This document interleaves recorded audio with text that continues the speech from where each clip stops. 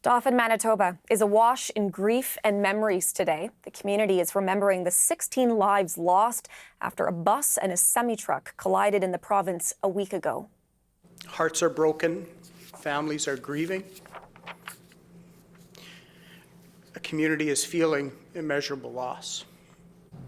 Photos of all 16 people who died were displayed on easels at an RCMP press conference. The force has now released all of their names for the first time. It was an emotional gathering for their loved ones and the first responders who attended the accident scene. The CBC's Terry Reith is covering this story for us. He joins me now from Edmonton with more on all of this. So, Terry, obviously a very, very emotional event today for people who were there and for people who are learning about some of these victims. What more can you tell us?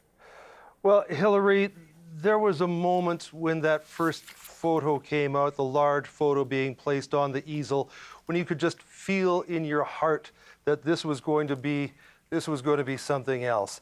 And to see all of those family members and first responders 16 times over bring out these large photos, showing who these people were, showing their faces, giving us their names, and to see the family members just step back, and in a couple of cases, they just stood back and touched the photo. You could just feel that emotion.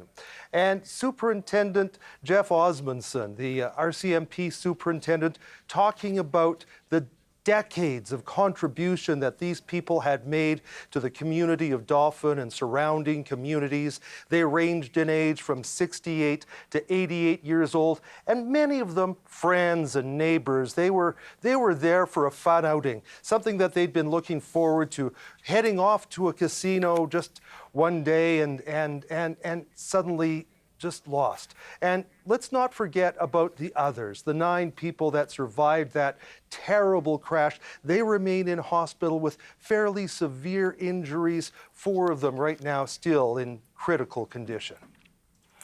Terry, the community, of course, has been waiting for the release of these names so that they can start to plan memorial services. So at this point, what do we know about what's being done to remember some of these victims?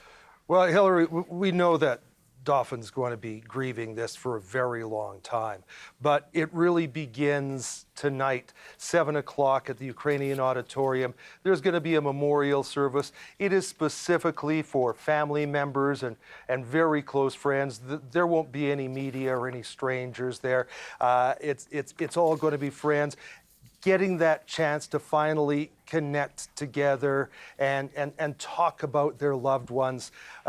We will be able to look in on it. There is a live stream. You can get details about that on the City of Dauphin's webpage.